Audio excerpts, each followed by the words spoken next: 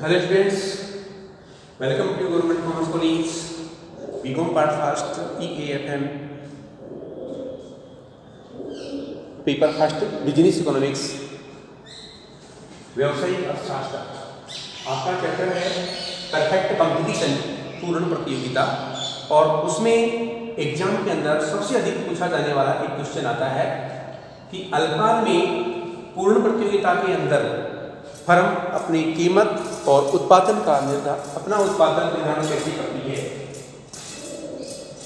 Firm अपना उत्पादन निर्धारण कैसे करती है उसका अंदाजा आपसे लगवाया जाता है या आपसे क्वेश्चन किया जाता है। तो उसके लिए आपको इसमें क्या देखना पड़ेगा कि सबसे पहले तो अल्पकाल को समझना है। अल्पकाल क्या होता है, पूर्ण प्रतियोगिता अर्थ आपको बता दिया था।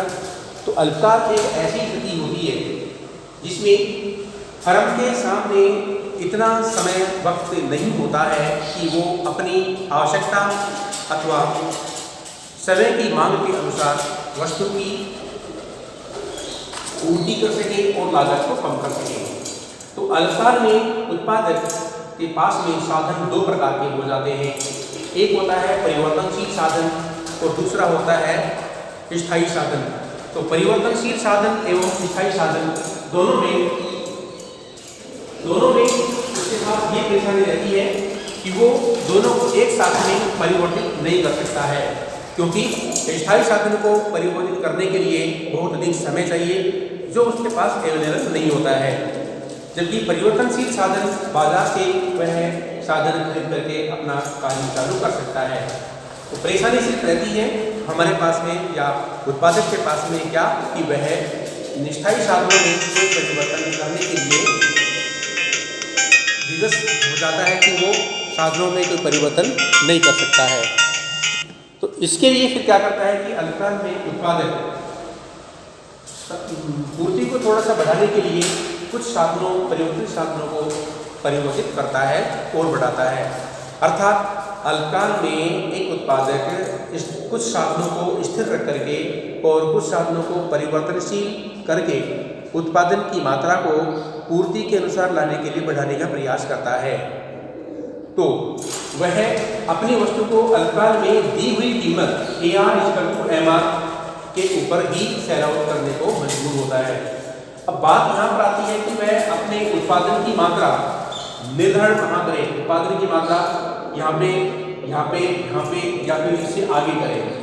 तो इसके लिए हमारे पास सीमांत आगम एवं सीमांत लागत विधि को हम अपनाते हैं और वो सीमांत लागत एवं सीमांत आगम विधि के अंदर ये कंडीशन होती है कि AR=MR हो और MC रेखा AR=MR को नीचे से आकर काटे। जहाँ पर ये MC रेखा AR=MR को काटती है वहीं पर हम इक्विलिब्रियम पॉइंट E डिसाइड कर देते हैं। तो आपके सामने जो ये दिया हुआ है पॉइंट E, यहाँ पर हम इक्विलिब्रियम पॉइंट डिसाइड कर देते हैं और इसी के ऊपर उत्पादन का संतुलन निर्धारित हो जाता है और उसी संतुलन बिंदु के आधार मान करके उत्पादक अपना उत्पादन निर्धारित करता है। उससे अधिक मात्रा में उत्पादन करेगा तो उसको हानि होती है। ओके, अब बात ये आती है कि अल्पकाल में एक उत्पादक को कौन सी पोजीशन वहन करनी पड़ती है। अल्पकाल में तीन बातें आती है। वो तीन बातें कौन सी होती है? लाभ की स्थिति, हानि की स्थिति और सामान्य लाभ की स्थिति। लाभ का मतलब है यहाँ पर कि असामान्य लाभ, हानि का मतलब ये है कि असामान्य हानि, और सामान्य लाभ का मतलब ये है कि यहाँ पर आपको नो लॉस नो प्रॉफिट। तो तीन बातें लागू हो जाती हैं। सबसे पहली बात आती है इसके अंदर लाभ की कंडीशन कि अल्पकाल में एक उत्पादक को लाभ कैसे होता है। तो यहाँ पर ये जो नंबर 1 है, ये नंबर 1 आपका असामान्य लाभ, अब नॉर्मल प्रॉफिट।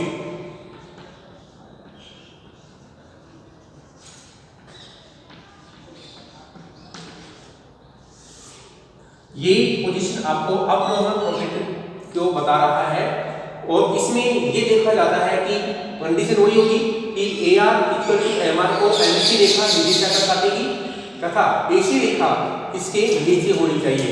अगर AC रेखा इस AR=MR को आय होती है और AC एवरेज को यूनिट लागत होती है। यदि आय ज़्यादा है और लागत कम है तो तो बीच में बचने वाला प्रॉफिट हो गया, इसको हम कहते हैं असामान्य लाभ, अबनॉर्मल प्रॉफिट। सेकंड कंडीशन आती है यहां पर नंबर 2, और नंबर 2 में होता है नॉर्मल प्रॉफिट।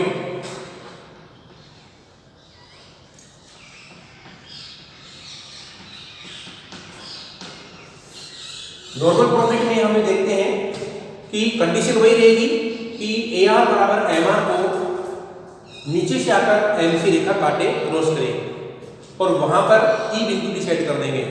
जब AC रेखा यदि इस AR बराबर MR से नीचे होगी तो हानि, तो लाभ हो जाएगा, लेकिन यदि AR और MR के ऊपर अर्थात इसके बिल्कुल इसी पॉइंट पर काटती है, इस पॉइंट पर काटती हुई रेखा AC निकलती है, तो वहां पर AC रेखा और AR दोनों बराबर हो जाते हैं, अर्थात AR बराबर MR हो जाता है।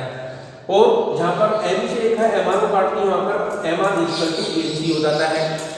तो यहां पर जो पोजीशन होती है वो ये होती है कि नॉर्मल प्रॉफिट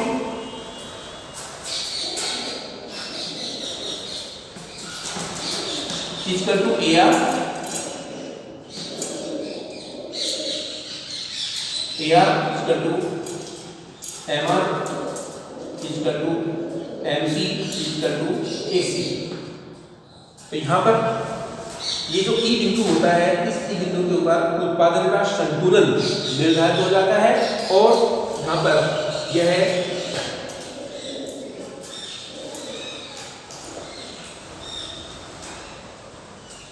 यहाँ पर यह OQ उत्पादन की मात्रा निर्धारित करता रहेगा, जहाँ पर उत्पादक को नो लॉस नो प्रॉफिट रहेगा। और ऐसी पोजीशन में AR equal to MR equal to MC equal to AC, अर्थात चारों बराबर हो जाते हैं। जहाँ पर चारों बराबर हो जाएंगे वहाँ पर उत्पादक को सिर्फ और सिर्फ सामान्य लाभ ही प्राप्त होगा। अब तीसरी बात आ जाती है यहाँ पर, तीसरी होती है असामान्य हानि, अबनॉर्मल लॉस। नंबर 3 आता है अबनॉर्मल लॉस।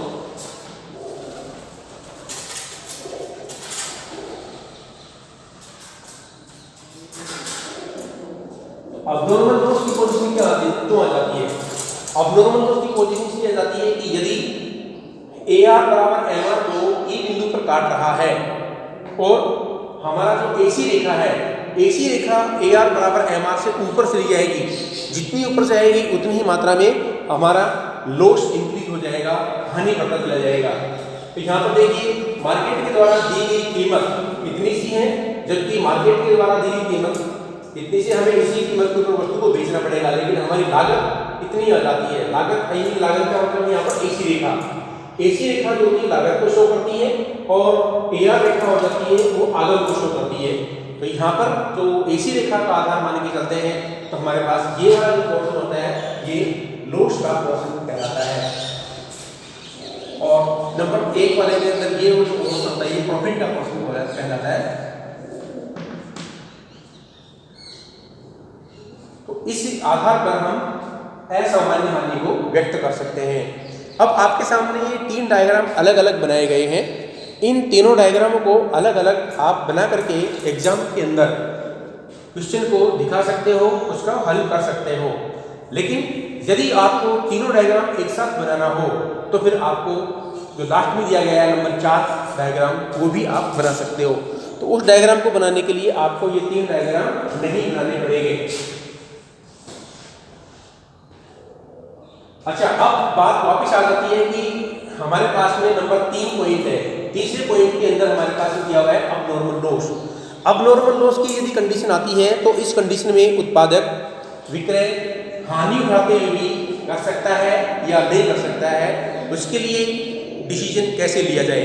तो उस डिसीजन को मानने के लिए हमें उसकी पोजीशन देखनी होती है, उसकी जो एवरेज वेरिएबल कॉस्ट कौन सी पोजीशन पर है। अर्थात अल्पकाल में उत्पादन करते हुए भी, जो समझने वाली बात है वो ये है, अल्पकाल में उत्पादन करते हुए भी किसी फर्म को अपनी स्थायी लागतों का भुगतान करना ही पड़ता है। इसी के साथ साथ उसे वेरिएबल कॉस्ट का भुगतान भी करना पड़ेगा। यदि उत्पादन नहीं करेगा तो उसे फिक्स्ड एक्सपेंसेस का भुगतान तो करना पड़ेगा, लेकिन वेरिएबल एक्सपेंसेस का भुगतान नहीं करना पड़ेगा। दूसरी तरफ यदि अल्पकाल में वह उत्पादन हानि उठाते हुए भी उत्पादन करके अपने स्थायी लागतों को निकाल सकता है, प्राप्त कर सकता है, तो उत्पादन जारी रखना उसके लिए उचित और हितकर होगा। ठीक है, इसके लिए उसे यह देखना पड़ेगा कि यदि अल्पकाल में कीमतें इतनी अधिक मात्रा में गिर जाती हैं जिससे उसका उत्पादन बंद करने की स्थिति में आ जाए, तो उसे फिर उसका अध्ययन करना पड़ेगा अल्पकालीन लागतों का कि यदि अल्पकाल में उत्पादन करने के साथ साथ उसको फिक्स एक्सपेंसेस वसूल हो सकते हैं तो वह अपना उत्पादन जारी रखेगा, हानि उठाते हुए भी अपना उत्पादन जारी रख सकता है। लेकिन यदि इससे नीचे भी और कीमत गिर जाए तो वह उत्पादन बंद कर देगा। अर्थात यदि अल्पकाल में इतनी कीमत कम हो जाए कि उसे स्थायी लागतें भी निकालना मुश्किल हो जाए तो फिर वह अपना उत्पादन बंद कर देगा। इसको बोलते हैं शट डाउन पॉइंट। तो वो अपना शट डाउन कर देगा, अर्थात अपना शटर बंद कर देगा या अपने उत्पादन को बंद कर देगा। चौथी पोजीशन में जो दिया हुआ है इसके अंदर तीनों डायग्राम को एक साथ मिलाकर दर्शाया गया है। यहाँ पर पहली condition AR equal to MR जो ये दिया हुआ है और M की रेखा MR को इस E बिंदु पर काटती है तो E बिंदु पर उसका संतुलन बन जाता है। अब पोजीशन फर्स्ट, सेकंड और थर्ड, यदि इसकी AC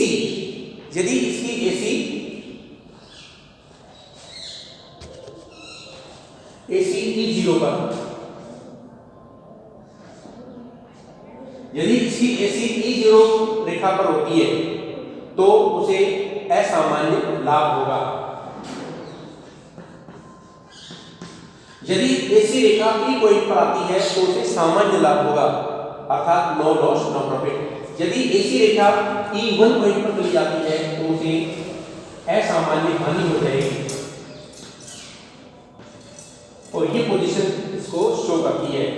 तो यदि क्वेश्चन में आ जाता है कि अल्पकाल में किसी अपूर्ण प्रतिज्ञा फर्म का उत्पादन निर्धारण करना हो और स्थिति जाननी हो तो उसको कैसे ज्ञात करेंगे, उसके लिए आपको 3 डायग्राम बनाने पड़ेंगे और तीनों डायग्राम के अंदर आपको ये abnormal profit, abnormal loss and normal profit और इसको शो करते हुए आपको इसकी पोजीशन बतानी पड़ेगी कि ये सामान्य लाभ में है, सामान्य हानि में है या फिर असामान्य लाभ में है। इसके लिए आपको इसका अध्ययन तो अवश्य करना ही पड़ता है। ओके, लेकिन इसमें आपको बिल्कुल भी मिस्टेक नहीं करनी है, जैसा इसके अंदर बताया गया है वैसा ही आपको बताना है। तो ये आपको जो एग्ज़ाम है उस एग्ज़ाम के अंदर 20 मार्क्स का जो क्वेश्चन होता है उसमें 20 मार्क्स आपको दिला सकता है यदि आप उसको अच्छी तरह से कर सकें तो। धन्यवाद।